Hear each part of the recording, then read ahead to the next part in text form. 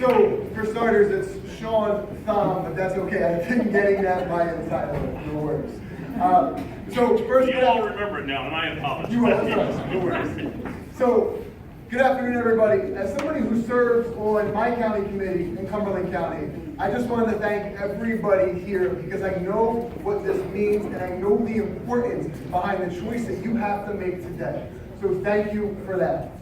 Now, I'm an educator, 10 years. I've taught in Hoboken, in Camden, in Millville. I was a principal of a special education school for kids with behavioral and emotional issues.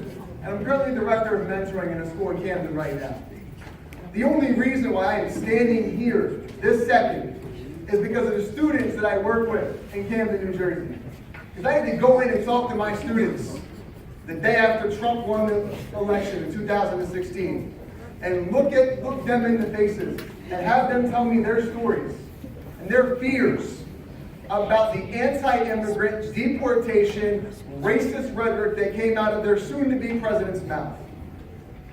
And as that conversation continued, they asked me to stand up. They asked me to fight for them. And they asked me to run for Congress. Now, when they asked me that, of course, I looked at them and I said, you know what? We should. After I speak with my wife. But then we did it, and we're doing it now. So it's a fight, and it's something that we recognize. Now, it's something that's very personal to me on a level with my students, as a large undocumented body and their families.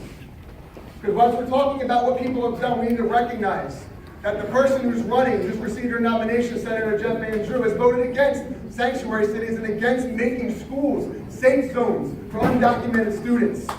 This is something that impacts my students directly, and that is unacceptable and will impact us as we move forward to try achieving a clean DREAM Act in our country.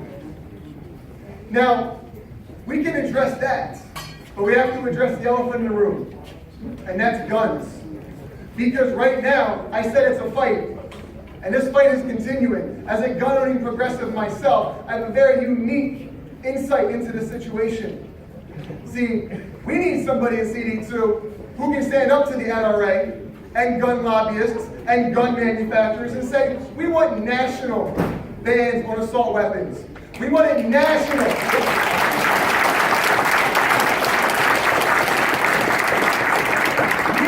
national universal background checks. We want a national ban on the gun show loopholes.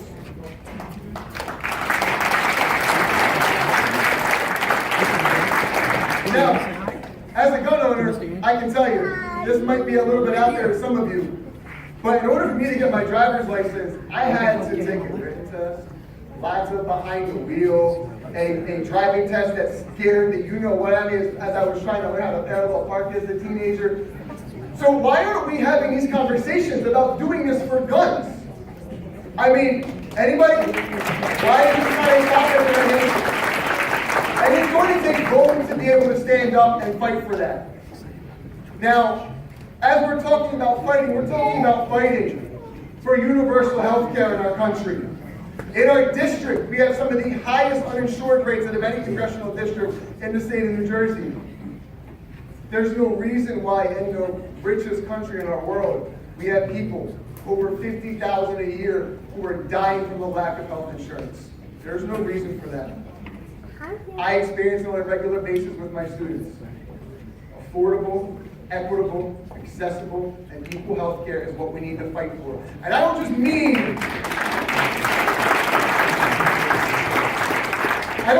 mean we'll work for it one day.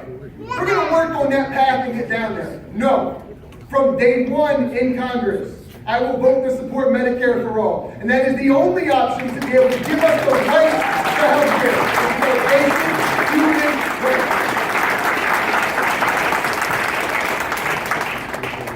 Now, as an educator, I see a lot. I see a need for universal pre-K, a need for K-12 reform, a need for debt-free college and student loan reform and forgiveness. Little known fact, CD2 has the lowest undergraduate percentage rate in the entire state of New Jersey at 25.9%. That's a fact. Now, I'm going to go out on a limb here, somebody who's taught in CD2, whose wife teaches in CD2. and knows a lot of educators, more than 25% of the people in our district are smart enough to go to college. However, less than 25% of the people in our district can afford to go to college. That's an issue for us. It's about opportunities. And the people who can't afford to go to college are the ones who are taking out student loan debt, who are paying $850 a month for the next 20 years of their life, like I'm doing right now. That is something we need to sit down and look at and change.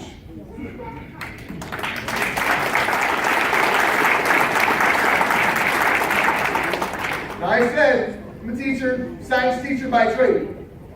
I've spent the last 10 years of my life talking about climate change to kids, having conversations with kids whose parents say it doesn't exist. It's not real. And I know the issues that you are facing here in CD2. Non-stop flooding every single time it rains, and you're not just going to tell me that's just a mere coincidence. I live in Cumberland County.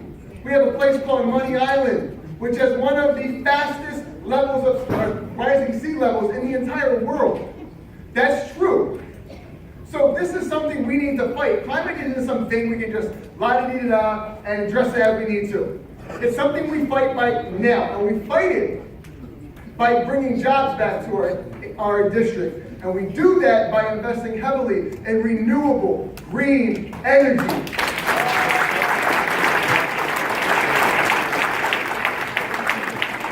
It's why I'm working with community leaders right now to develop a solar panel production plan in Cumberland County. Why we're having conversations about wind farms and solar farms and things that are going to be able to bring jobs back to our district, which has one of the highest unemployment rates in the state.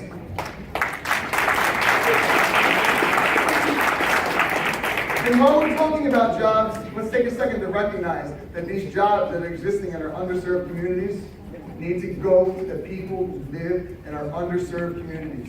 That requires real job training, real skill training, and the ability for them to be able to have these jobs that are going to allow them to support their families and actually know and understand what the American dream is about.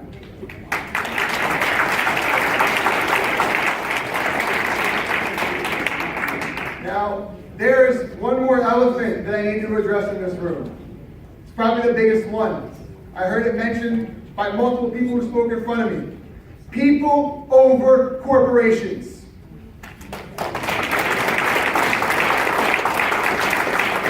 I am the only candidate running in New Jersey's 2nd Congressional District who has had the courage to stand up and say, I will not take one dime from any corporations, any super PACs, or the George Norcross political machine. That is what we need to move people forward.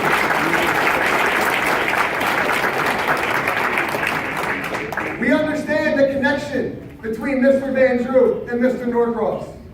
Ms. Youngblood herself has publicly stated that she will only take money from good corporations. Well, I have news. There is no corporation that is worth more than the vote of the average American. None. No matter what you say, no matter what that corporation does. America is founded on people, not corporations. So all these ideals that we are referring to, that we are working to fight for, that's going to allow us to put our future first, is never going to happen as long as we allow corporations to dictate how our government works. So my question to you is, how can you trust somebody who receives corporate money? How can you trust somebody to stand up and against the NRA and gun lobbyists when they have voted no to take guns out of the hands of the aggressors in domestic abuse situations? How can you trust that to protect people and have the best interest of our district, our state, and our nation in their minds? The answer is simple. You cannot. So as you move forward and as you step up to vote, I do ask for your votes. And I ask for your vote because while I'm not funded by corporations and Mr. Norcross, I am funded by the people. I am standing with the people to create a government for the people and by the people. One vote starts today.